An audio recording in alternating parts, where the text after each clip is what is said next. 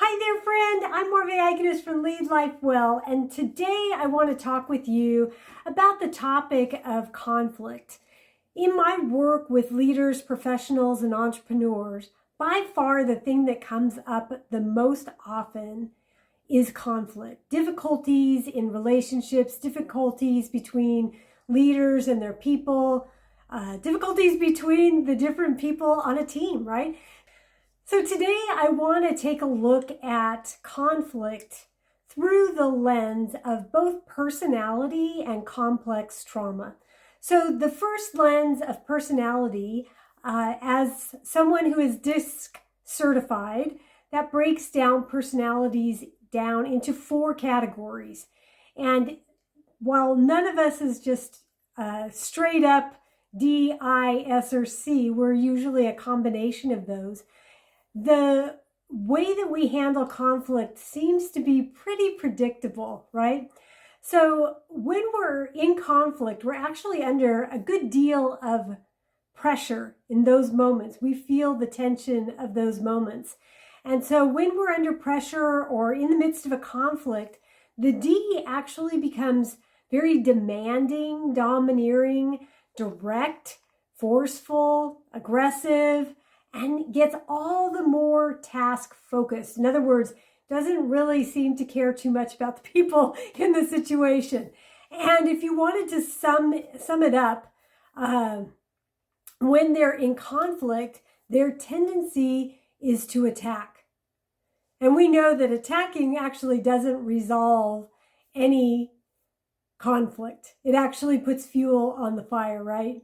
So then the I, when they are under pressure or under tension, experiencing conflict, they actually become more immature, overly optimistic, emotional, silly, wordy, selfish, and very people-focused to the extreme, right? So kind of the opposite of what the D does when it comes to conflict. If you were to sum up what happens when an I gets into conflict, is that their tendency is to want to expose others, which also does not bring resolution to conflict. Now, the S personality tends to actually withdraw in the midst of the pressure of conflict, the tension of conflict. They get more subservient, more insecure, more fearful, more weak-willed, and also very people-focused in a slightly different way, more in trying to make everyone happy, keep the peace kind of way. So in that place, in that moment of conflict, their tendency is to want support, which is kind of an unrealistic expectation in the midst of a conflict, right? So nobody's going to feel super supportive in that moment. And so then it doesn't actually happen, making the conflict feel worse to someone who has that type of personality. And then finally, the C. When they're under pressure in the conflict, feeling that tension, they tend to get more critical, more moody, more negative.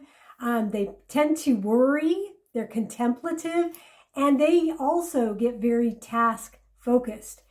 In the midst of a conflict, their tendency is to criticize. And that, again, only throws fuel on the fire. So then I want to bring us to a different lens, and that is complex trauma. If that's a new concept for you, complex trauma is actually kind of the trauma you experienced over a long period of time growing up in an unhealthy, dysfunctional, painful environment. So when you are in the midst of a conflict, it's actually 2 people. We all have baggage, right? So we're bringing the wounds, the triggers, the unhealed patterns of the past to the table in a conflict. So there's your baggage. There's actually the baggage that the other person has. And then there's the baggage that you have created together with that other person, making the whole process of conflict even more clunky, right? So it's really important for us in conflict to recognize what it is we're bringing to the table. What is our personality and how is it impacting the conflict, the situation, the relationship? And then what is it about us, our past, our baggage, our hurts that are contributing to this conflict that actually aren't even a part of the current conflict?